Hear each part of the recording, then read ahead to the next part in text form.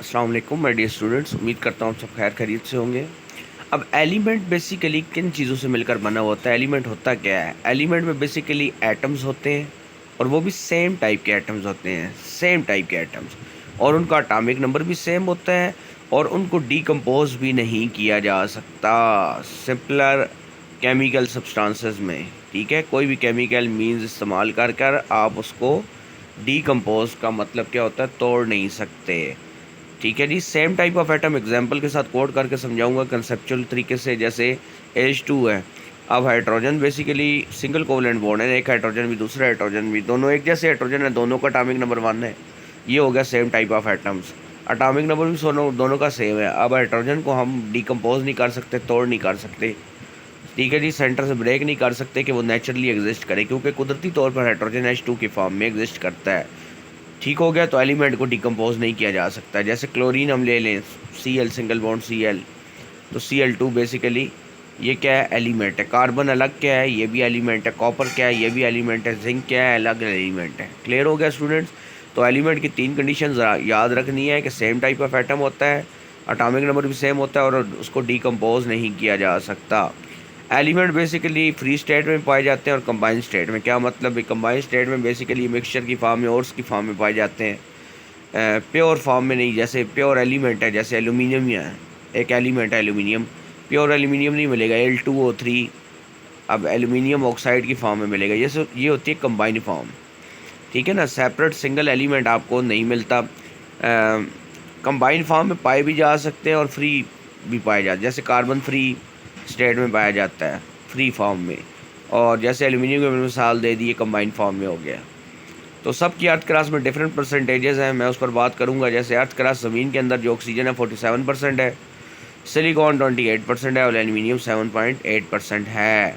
इसी तरीके ओशन की बात करें तो ओशन में ऑक्सीजन 86% होता है, हाइड्रोजन 11% है, और क्लोरीन 1.8% होता है। क्लियर है स्टूडेंट्स? यानी ज़मीन के अंदर ऑक्सीजन 47%, सिलिकॉन 28 और एल्यूमिनियम 7.8, ऑक्सीजन 86, हाइड्रोजन 11, और क्लोरीन आपका हो गया जी 1.8।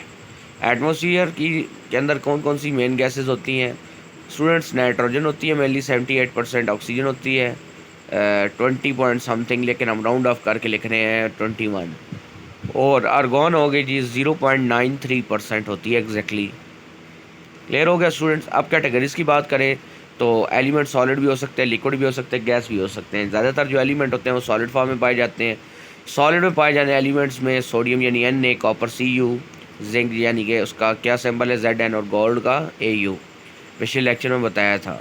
तो ये कुछ ऐसे एलिमेंट्स भी होते हैं स्टूडेंट्स जो लिक्विड फॉर्म में पाए जाते हैं। यहाँ मैं आपको बताता जाऊँ कि बहुत कम ऐसे एलिमेंट्स होते हैं जो लिक्विड में पाए जाते हैं, रेयर केसेस हैं। जैसे 2 एलिमेंट्स हैं मशहूर लिक्विड में पाए जाते हैं, जिनमें मरकरी Hd थर्मामीटर के अंदर होता है, और ब्रोमीन।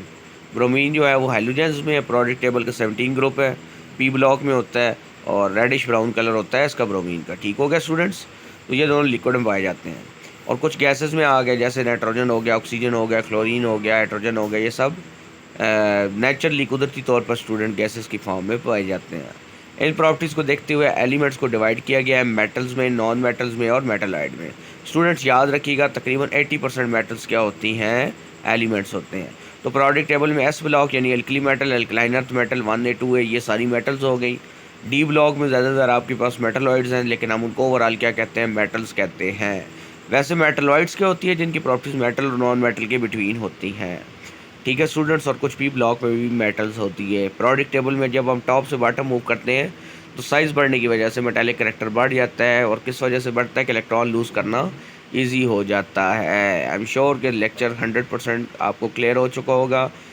ठीक है, आप प्लेलिस्ट, चैनल की प्लेलिस्ट में जाकर 9th रावलपिंडी बोर्ड केमिस्ट्री में आपको पिंडी बोर्ड के सारे लेक्चर्स मिल जाएंगे, और मज़ीद तमाम क्लासेस के फेडरल बोर्ड, पिंडी बोर्ड के आपको बोर्ड की क्लासेस के लेक्चर्स मिल जाएंगे। प्लेलिस्ट विज़िट कर लीजिए। इंशाल्लाह आने वाले लेक्चर्स जो हैं वो बहुत जल्द आ रहे हैं।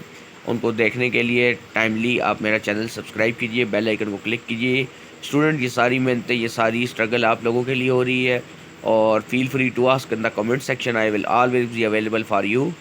तो ये सारी मेहनतें जो हैं बेसिकली आप लोगों के लिए हो रही हैं। तो स्टूडेंट्स मिलते हैं नेक्स्ट लेक्चर में। नेक्स्ट लेक्चर हमारा बड़ा इंपॉर्टेंट है, तो मिलते हैं नेक्स्ट लेक्चर में। अस्सलाम वालेकुम।